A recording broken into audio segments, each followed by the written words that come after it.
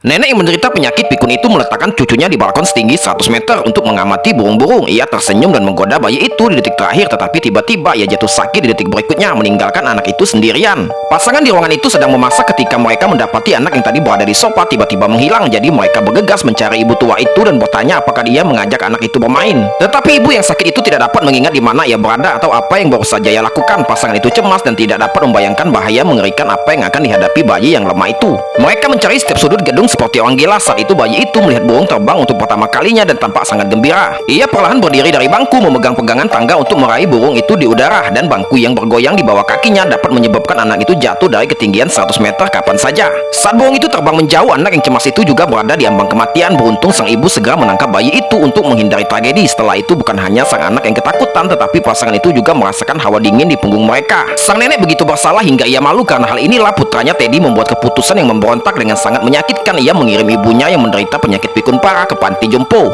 Meskipun ia sangat enggan selama ibunya tinggal di rumah, ia dapat membawa berbagai bahaya kepada bayi itu kapan saja. Demi melindungi sang anak, Teddy harus melakukan ini.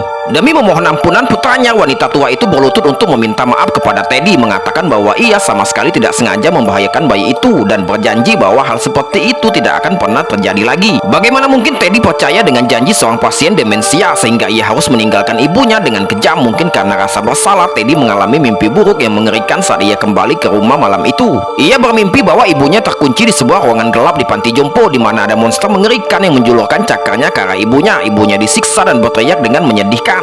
Tetapi ia tidak bisa mendapatkan pertolongan. Teddy begitu takut sehingga ia terbangun dari mimpinya. Ia tiba-tiba mendapat firasat buruk. Sejak mereka masih muda, mereka telah terhubung satu sama lain. Ia menyesal telah bermimpi seperti itu. Ia dan istrinya punya waktu dan tenaga untuk merawat ibu mereka, tetapi mereka sendiri yang mendorongnya ke jurang yang tidak diketahui. Jadi ia pergi ke panti jompo di tengah malam untuk membawa ibunya pulang. Tetapi ketika ia tiba di sini, ia tidak menemukan jejak orang tua itu. Setiap kamar bersih dan rapi, kosong, seolah-olah tidak ada orang tua yang pernah tinggal di sana.